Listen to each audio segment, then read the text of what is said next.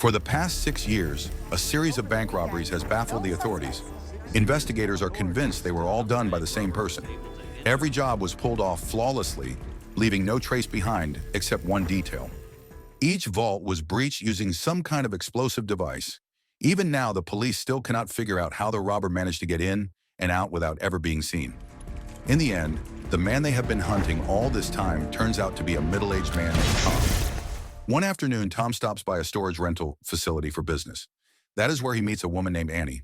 He has no expectations at all when he walks in, but he never expects to meet someone who reminds him what it feels like to enjoy life again. One thing leads to another, and a year later, the two of them are in a serious relationship.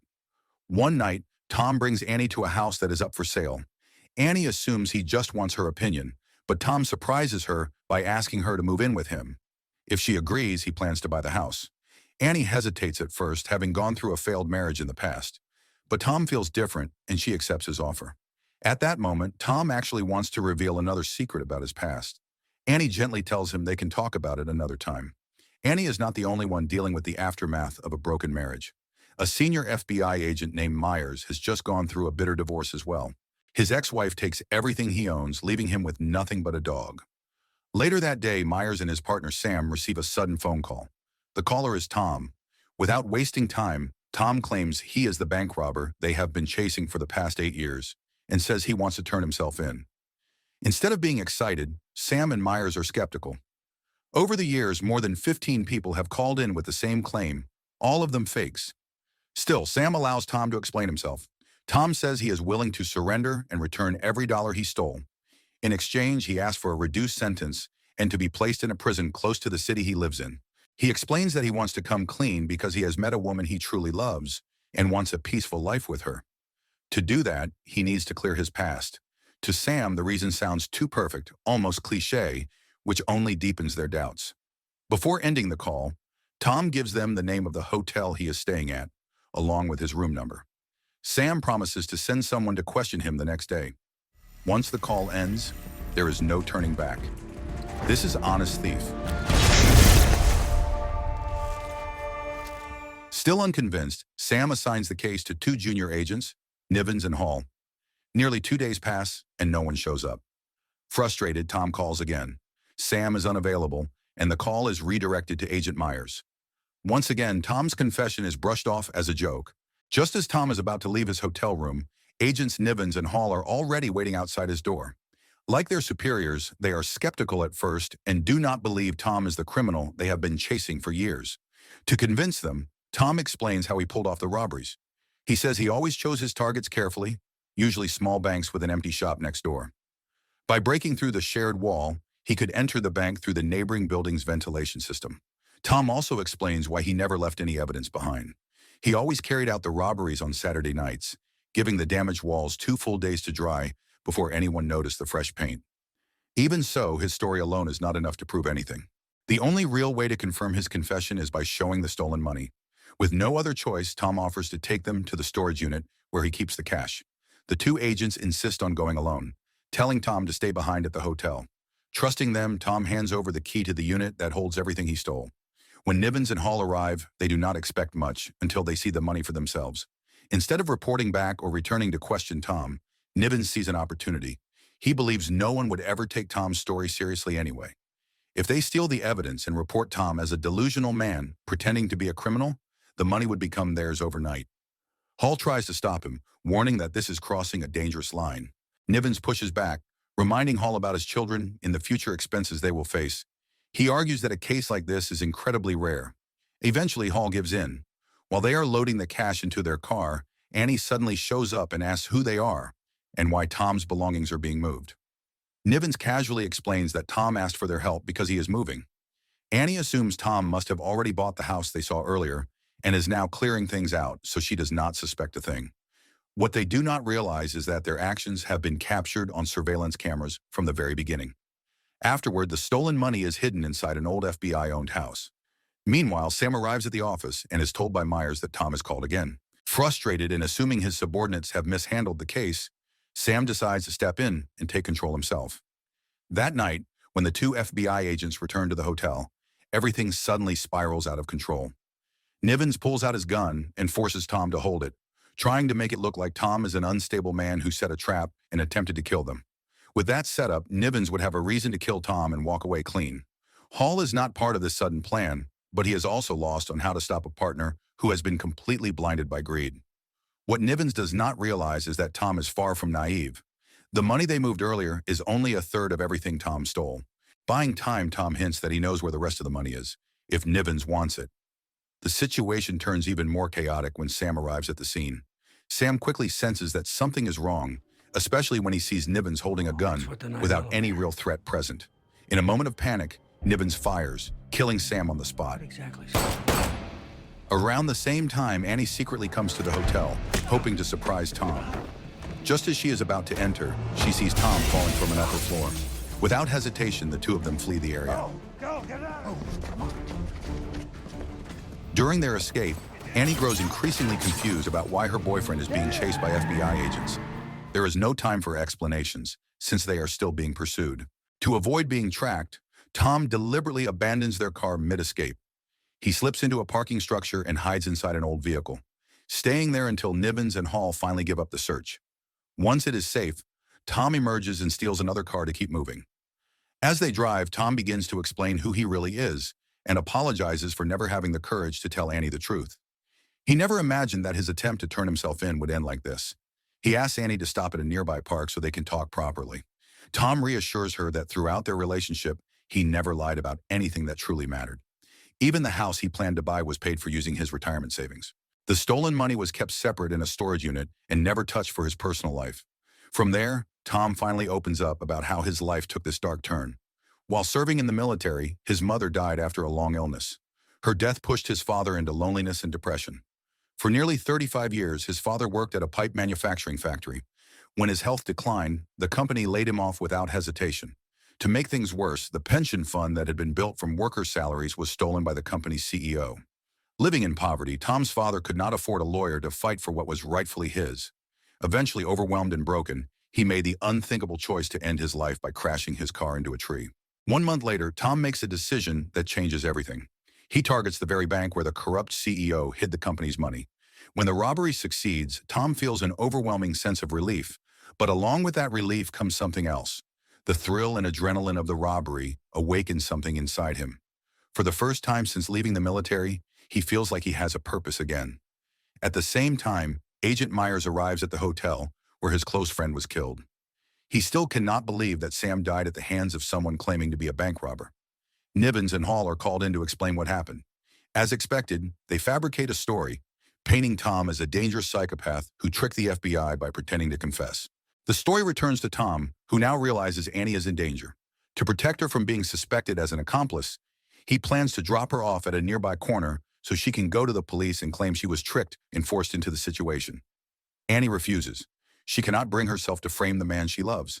Still, she knows she can no longer live a normal life unless those two agents are put behind bars.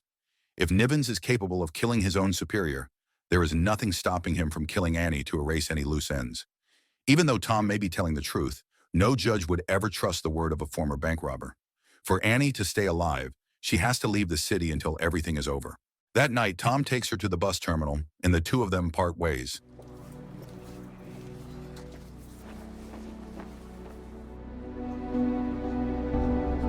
The next morning, Tom goes to an internet cafe to track down who Nivens is and where he lives.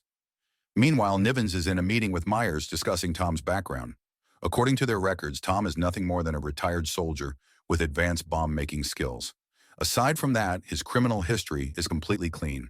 Annie is listed as his only known connection, which leads Nivens to immediately assign himself to track her down. Instead of boarding a bus out of town, Annie goes back to her office. She remembers that Nivens and Hall were caught on CCTV taking boxes from Tom's storage unit. That footage could be the proof needed to clear Tom's name. As soon as Tom finds out, he urges her to leave immediately. Law enforcement is actively searching for anyone linked to him. His warning comes too late. Just as Annie is about to leave, Nivens appears and forces her to reveal where Tom hid the rest of the money, along with demanding the CCTV footage. Without hesitation, Nivens attacks her to get what he wants. Annie fights back and manages to stab Nivens in the thigh with a pair of scissors, but she is eventually overpowered and knocked unconscious. Panicked, Tom rushes to the location, stealing a car along the way. When he arrives, Annie is already in critical condition. Tom rushes her to the hospital for emergency treatment, but he cannot stay long. At this point, he is still a fugitive. For the first time, Tom feels pure, uncontrollable rage. And in that moment, he decides it is time for revenge. He immediately calls the FBI and demands to be connected to Nivens. His patience is gone. From now on, he is done waiting, and he is ready to strike back. On the other side, the two corrupt agents grow increasingly anxious when Myers calls again. He informs them that Annie has been attacked and is now being treated at the hospital. Once again, Nivens lies and pretends he has no idea what happened. Not long after, Tom's location is spotted by police officers waiting at a red light. A chase begins, but luck is on Tom's side when the pursuing police car crashes during the pursuit. Still, the danger is not over. They lost him. After hearing Tom's location over the radio, Nivens joins the hunt. The moment Tom spots Nivens, he does not run. Instead, he deliberately crashes his car into him.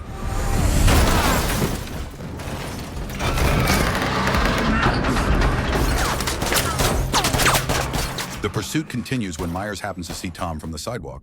It ends when Tom lures Myers into a church courtyard, where the two of them fight.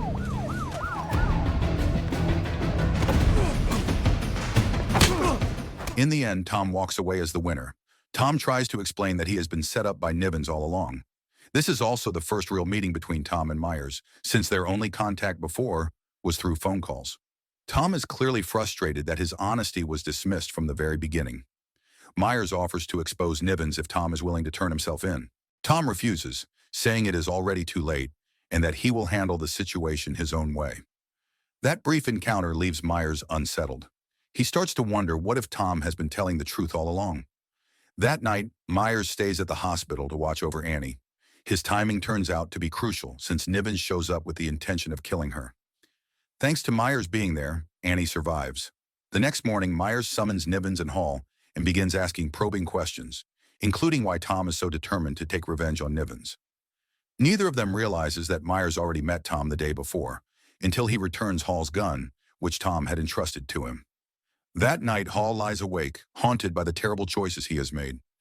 His wife notices that he has been acting strangely, as if he is hiding something. In the middle of their conversation, a noise comes from the garage.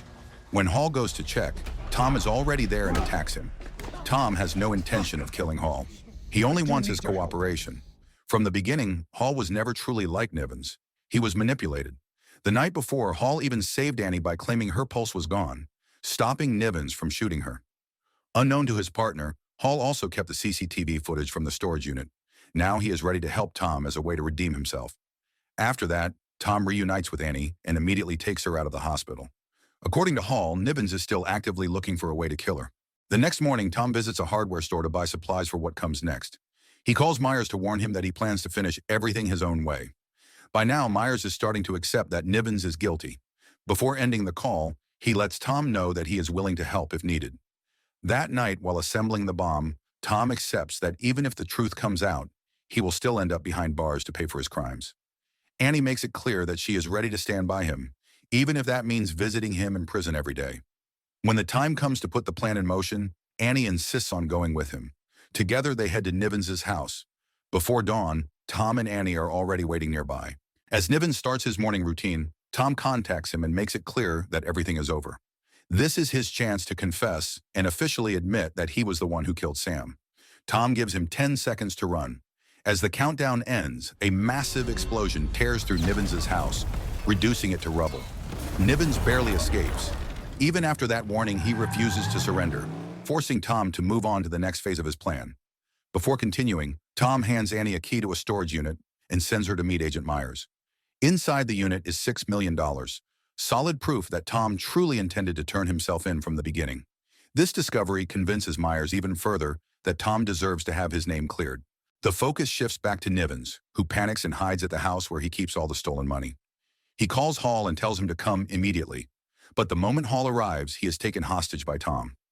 Nivens has no idea that Tom and Hall are only pretending. With a little pressure, Nivens ends up confessing to everything, including openly admitting that he was the one who shot Sam. Overcome by rage, Nivens turns on Hall, beating him and eventually shooting him from behind. After that, Nivens flees once again, taking all the stolen money with him. What Nivens does not realize is that his escape is still part of Tom's plan. Earlier, Tom had secretly planted a GPS tracker on Nivens' car, along with a bomb placed directly under the driver's seat. At first, Nivens believes it is just another bluff. That changes when he stops at a red light and feels beneath his seat. Tom makes it clear that the device is extremely sensitive, rushed and unstable, and capable of detonating at any moment. Even a slight change in pressure could trigger it, meaning Nivens cannot move if he wants to stay alive. After successfully stopping Nivens, Tom retrieves the recorder that Hall had been wearing under his clothes the entire time. Not long after, Myers arrives at the scene. A bomb disposal expert is called in to deal with the device under the seat. The twist is revealed when the expert discovers that the bomb has no detonator at all. It was never capable of exploding, no matter what happened to it.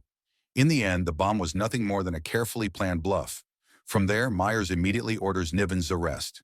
The cash found in the trunk of his car becomes undeniable proof of the crimes he committed. Back at the office, Myers receives another package. Inside is the recording of Nivens' full confession. The evidence confirms everything, and Myers cannot help but be impressed by how Tom managed to uncover the truth and expose the entire scheme. Later that night, Annie meets with Myers once more. Now that everything has come to light, she asks that Tom be given leniency when he is eventually sent to prison, just as he requested from the very beginning. Myers agrees, and not long after, Tom turns himself in. In the end, Myers no longer sees Tom as a criminal. He sees him as an exceptional former soldier who took responsibility for his past. And with that, the story comes to a close. So the moral of the story is, if you want a peaceful life, do not rob banks, do not trust greedy coworkers, and definitely do not confess your crimes over the phone like you are calling customer service.